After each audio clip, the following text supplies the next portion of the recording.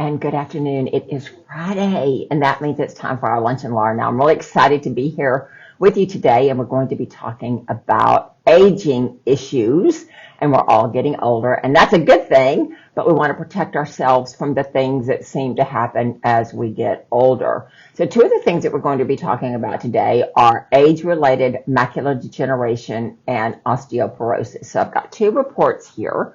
And so we're going to talk to you a little bit about that and to see what is happening and what we can do to prevent these things from happening. So researchers have looked at the potential causes for age-related macular degeneration. So this disease affects 20 million Americans, and the research has shown that there is a specific protein that could be the key to successfully treating this disease. In a study that was just published on June the 5th in the Science of Translational Medicine found that the protein IRAK-M, who knows what that is? All right, it's been a busy week around here. I did not have time to research that to actually find out exactly what that is, but it is the letters IRAK-M.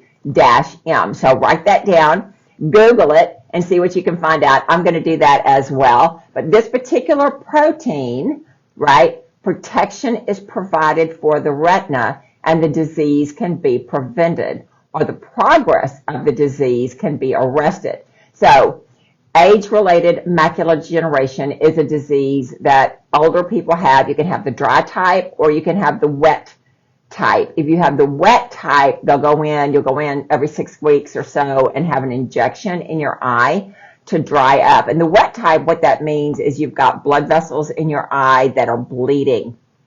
That blood is in your eye and it causes all kinds of havoc with your vision. And so what they will do is they will go in and they will do an injection. I don't know what the injection is. I don't know if it's saline, if it's something else, but it dries up that blood supply or disperses that blood supply so that your vision is better. This newly discovered treatment option can significantly protect against the debilitating condition. This is as put forth by Dr. Andrew Dick. He is an ophthalmology professor at the University of Bristol in England. He said the discovery is the first research toward macular degeneration to analyze genome studies and identify genes that are associated with the disorder.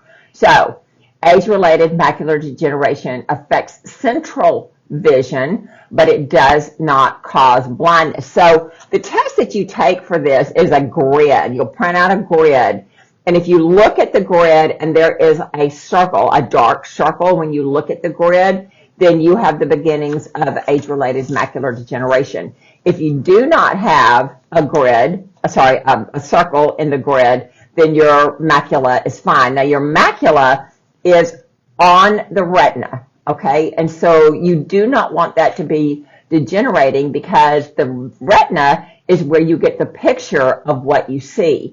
So even though age-related macular degeneration does not cause blindness, it does take away that central part of your vision, so you see the outline or you see everything in a halo type and you're not really getting good vision. This really affects your driving and different things like that.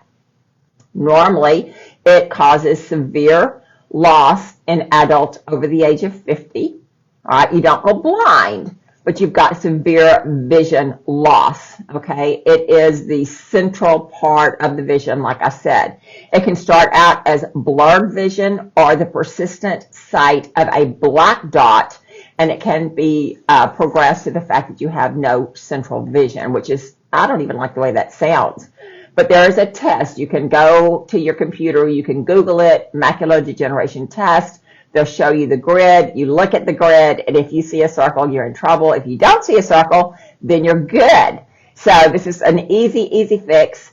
I just went to the eye doctor the last 2 months, and they tested me for all those things, and all those things are good, and so I'm excited about that. Now, the risk factors for this disease include smoking, which I've never done, and high blood pressure, which I do not have. It is also believed to be caused by various environmental conditions, but they don't really know, all right?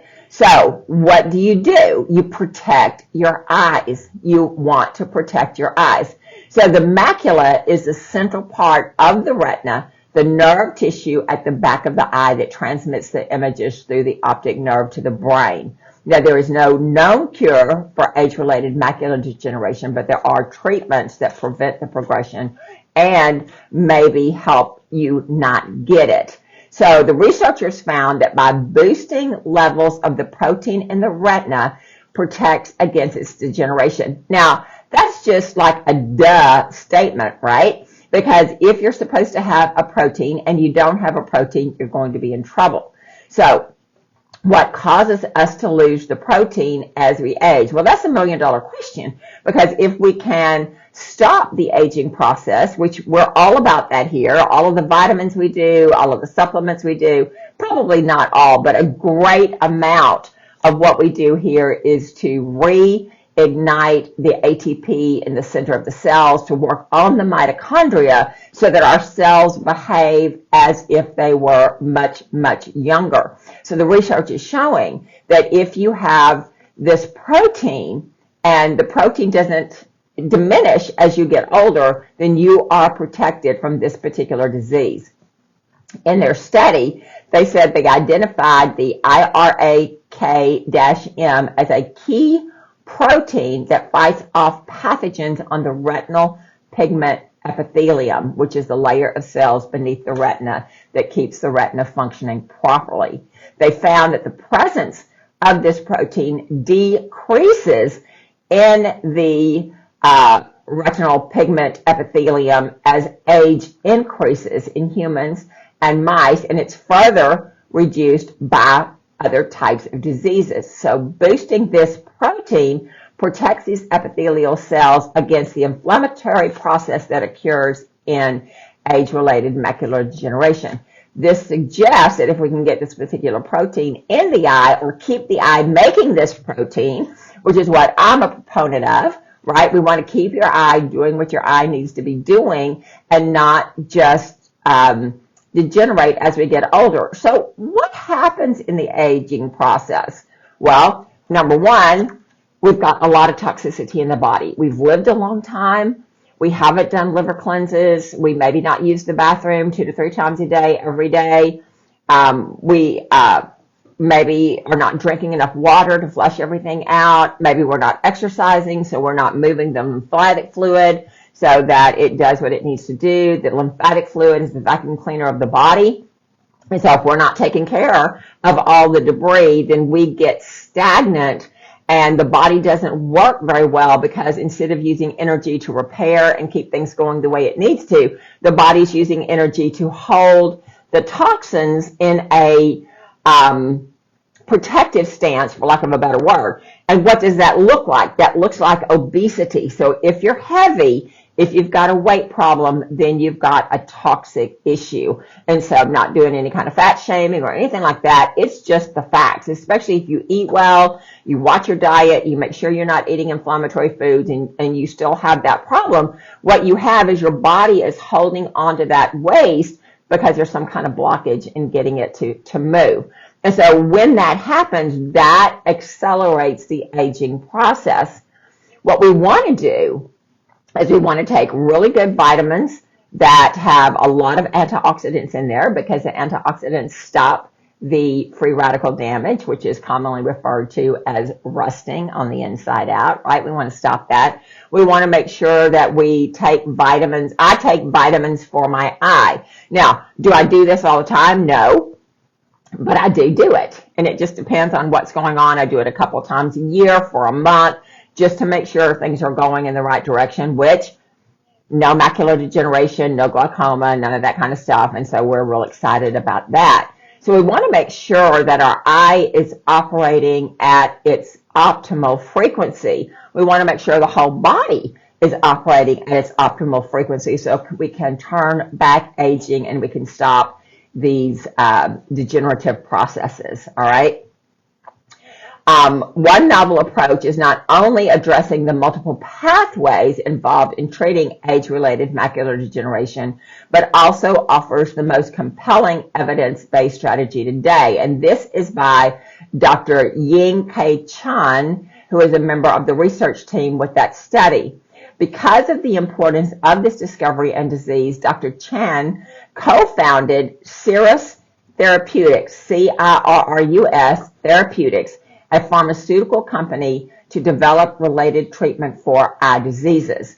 Dr. Dick, who we talked about earlier, also serves as director of the University of College London Institute of Ophthalmology and is Cirrus Therapeutics co-founder. So both of these people are working together, and they're finding that if we can get that protein into the eye. Now, they don't really tell us how they do that in this report. So I'm not quite, and I didn't research, I just didn't have time. It's been a busy week and all that kind of stuff, so I didn't have time to look at that. But I do know that if we can keep the eye functioning the way the eye needs to function, then we can keep that protein there. So in 2022, a research team in Stanford Barnum Presbyterian Medical Discovery published a study on the discovery of the structure of the protein found in the blood that is related to macular degeneration and other age-related diseases. Protein in the blood are under constant changing pressure because of the different ways that the blood flows through the body. Francesca Morassi, maybe I didn't say that right, Presbyterian medical professor and research team leader, said in a statement, for example, blood flows more slowly through small blood vessels in the eyes compared to larger arteries around the heart. Blood proteins need to be able to respond to these changes, and this study gives us a fundamental truth about how they adapt to their environment, which is critical to targeting these proteins for future treatments. Researchers focused on vitronectin, I hope I said that right, which circulates at a high concentration in blood among other hundreds of proteins. They found that this is a key player in many age-related diseases, but especially in macular degeneration. Vitronectin is also found in cholesterol. So if you're one of the many people out there that are taking statin drugs and you're lowering cholesterol, you could be doing yourself a disadvantage, because if your cholesterol is too low, you're not going to have enough of it to go around and do what your body needs. Every cell in your body needs cholesterol. Your brain runs on cholesterol. Your hormones are conjugated from cholesterol. So cholesterol, despite what the media tells you, cholesterol is not a bad guy. Even the quote-unquote bad cholesterol is performed is not the right word, produced. It is produced by the body as a protection against inflammatory processes. Every sickness, every disease is an inflammatory process. So if we look at cholesterol as our friend, which it is, and if we have high bad cholesterol, that means that we've got a inflammatory process going on in the body, and we need to address the inflammatory process, find out what it is, deal with it. It could be a bacteria, a viral load, a parasitic load, heavy metal exposure.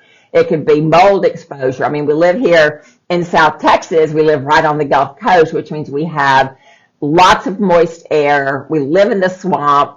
And so we've got mold spores all the time. And so we need to make sure that we understand that and we take remediating action so that we're able to deal with this and live in this environment and not let it hurt us. So cholesterol has this protein in it, and this protein protects against macular degeneration. It says this protein is an important target for macular degeneration because it accumulates in the back of the eye, causing vision loss.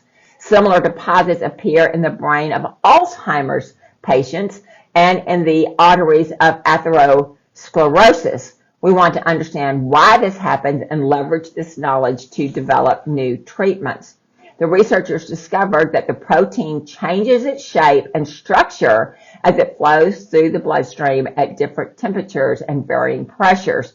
These changes cause it to bond with calcium ions, which cause calcified plaques to develop and form. So we don't want this, all right? And if our body is working the way it is supposed to, then we're not going to have these issues. Why is that? Because we're moving our bowels, we're cleaning our lymph, our liver is decongesting, we're moving our bowels, we're doing the deep breathing so we get that exchange of the bad gas for the good oxygen. All of those things help our body to do what it is supposed to do so we don't have these problems, all right? These deposits, and the deposits happen when we are not working at our best, when we're not functioning at our best, then these deposits stick there. They're not supposed to stick. When they stick, this is when we get problems. It is a very subtle rearrangement of the molecular structure, but it has a big impact on how the protein functions. Ms. Morassi says the more we learn about the protein on a structural and mechanistic level, the better chance we have of successfully targeting it with treatments. She expresses the hope that this discovery will lead to treatments for macular degeneration because it will help the biotech industry to develop antibodies that prevent the proteins from binding with the calcium. I'm just going to tell you, if your body is working the way your body needs to work, you don't have to worry about the proteins bonding with the calcium because it just won't happen. All right. Anytime we've got a dysfunction in the body, it is because we are vibrationally off. If we are vibrationally off, then it's like a symphony that's out of tune. I don't know about you, but I used to play in the band, and I used to play a clarinet.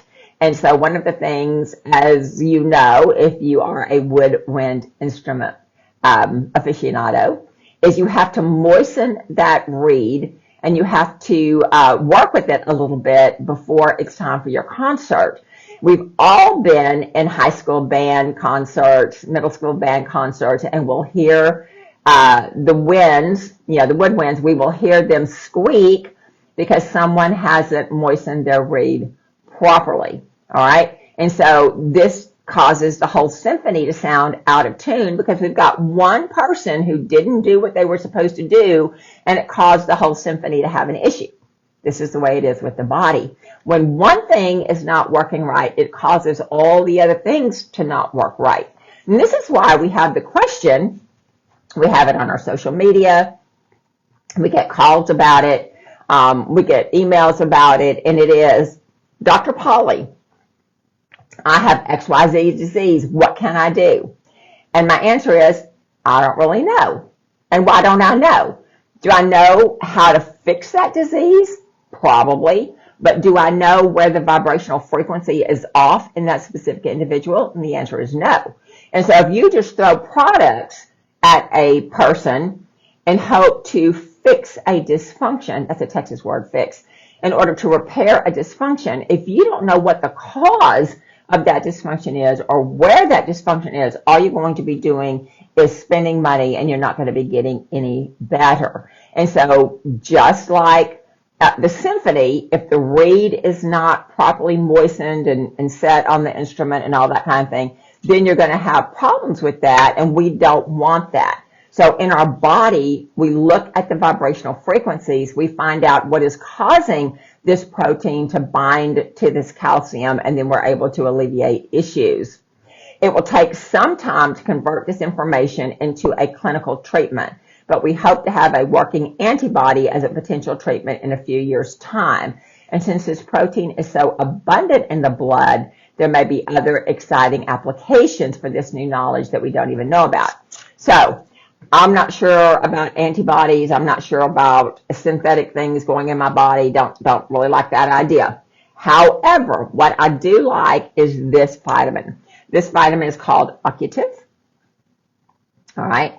It is a longevity product, and it is an eye vitamin.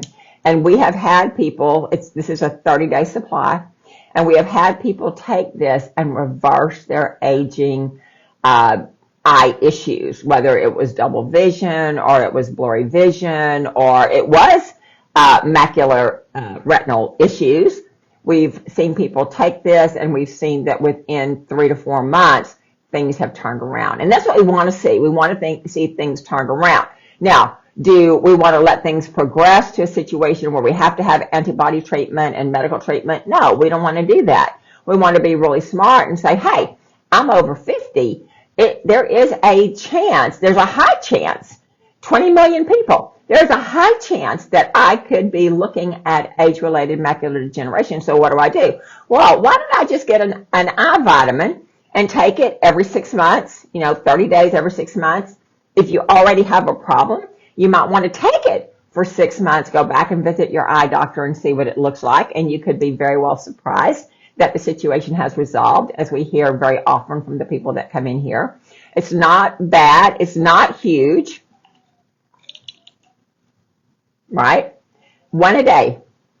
They've got kind of a distinctive smell. I don't know what that is, but it is a really good eye vitamin. Now, I've read a lot and heard a lot about the formulators of this brand, and they have amazing, amazing results. And so that's why we like it. That's why we keep it. And that's why we, in my family, use it, because even though we don't have any age-related eye diseases, we don't want to have age-related eye diseases. And so we do this multiple times a year in order to make sure that we are able to, alleviate all that. We've got another formula here in the clinic for blue light protection. I didn't bring it in with me today, but we do have a formula for blue light protection. So if you're looking at your computers, I'm looking at you through a screen, if you have a whole lot of screen time, then you get that blue light, and that blue light does a lot of oxidative stress to your eyes. So you want to prevent that. We've got another formula just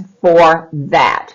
This one is what I use because it does all the things. Does it necessarily protect against blue light? Probably not. However, it is anti-aging for your eye, and so when you're doing that, that's just all good, okay?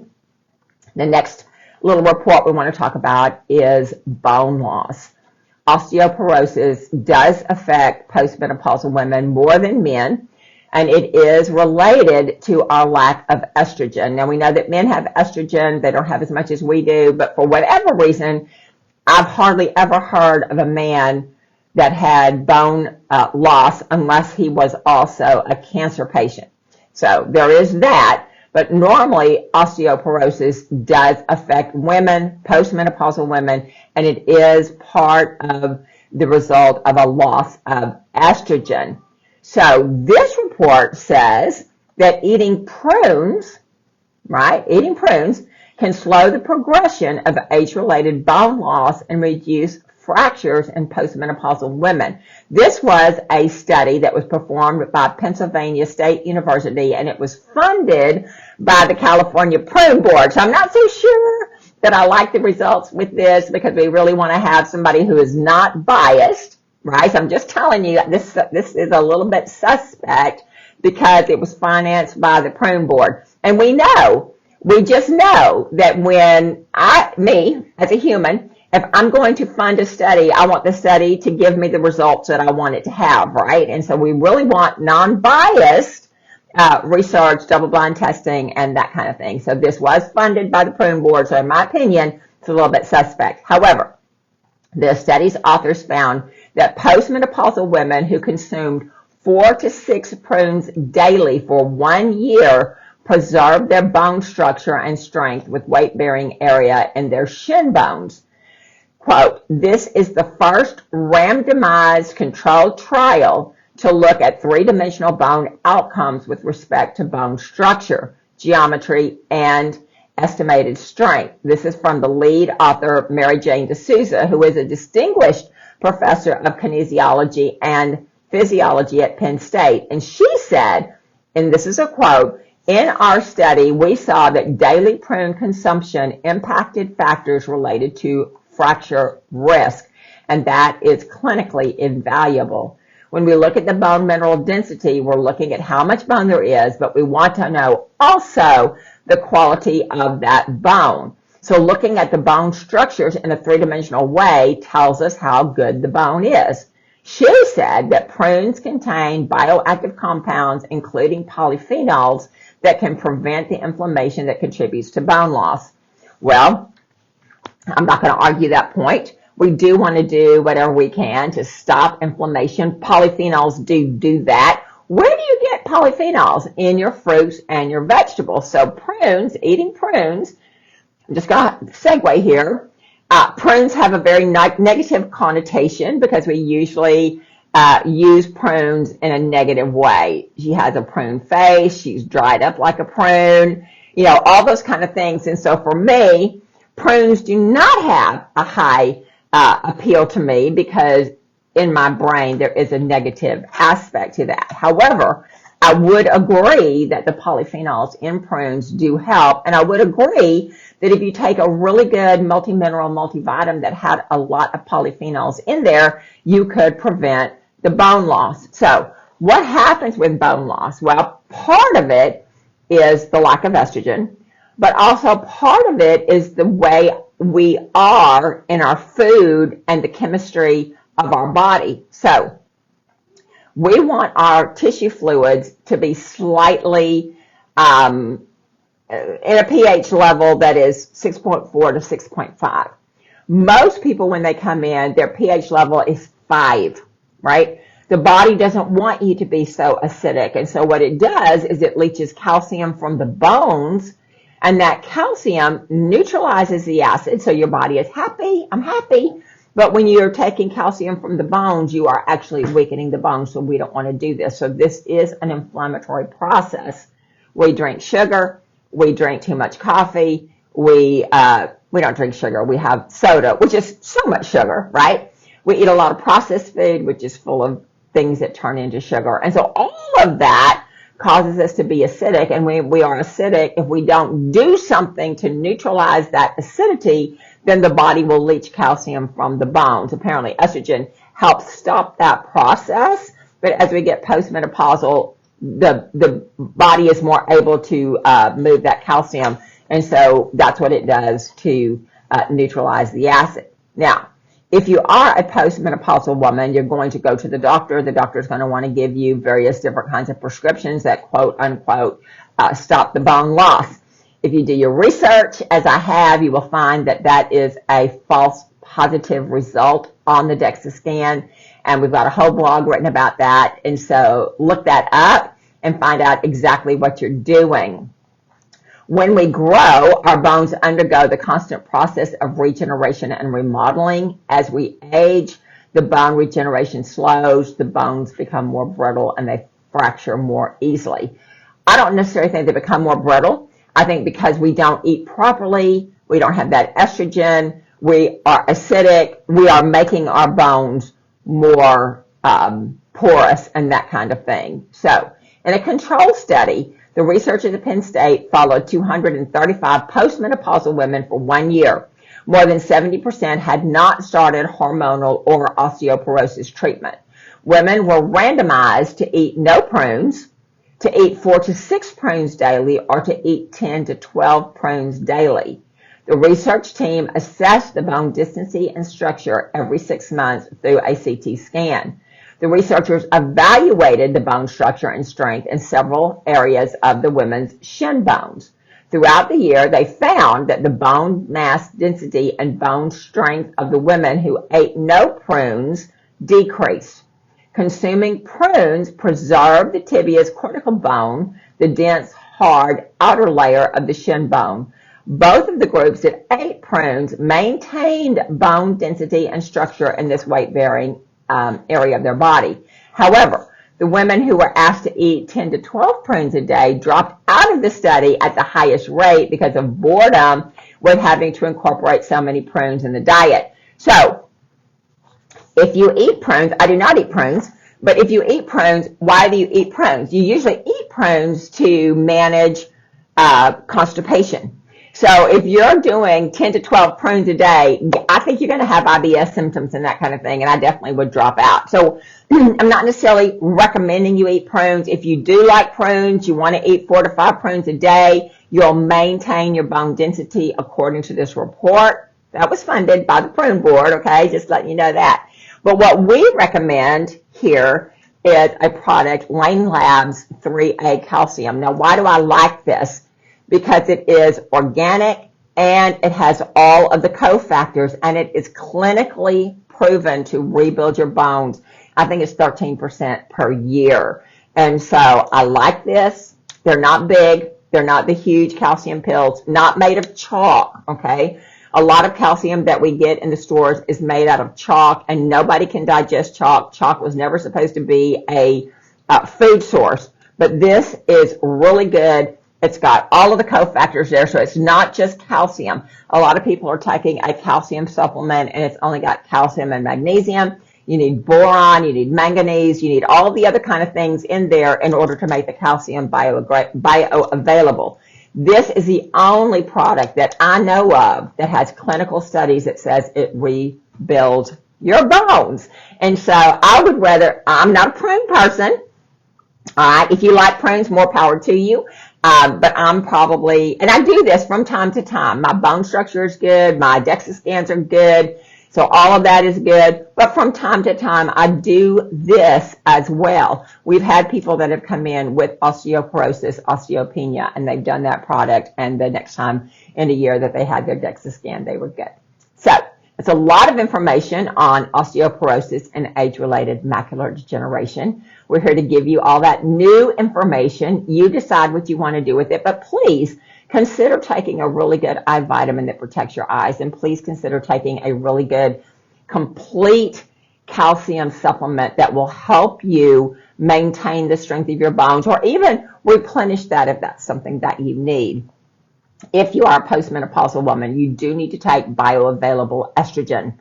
I do. Most of the people that I know who are postmenopausal do, and so we like that. We want to make sure that we have the estrogen because not only does it help help us with our osteoporosis, osteopenia, losing bone mass, it also is cardioprotective. I think it's 95% of heart attacks in women happen when they are postmenopausal, and it's due to a lack of estrogen. Synthetic estrogen is detrimental to your heart, but bioidentical estrogen, plant-based estrogen, is very beneficial to your heart. So for all of those reasons, we advise you to do that as well. So it is the weekend. I hope you're going to have a good time. This girl does not have a weekend.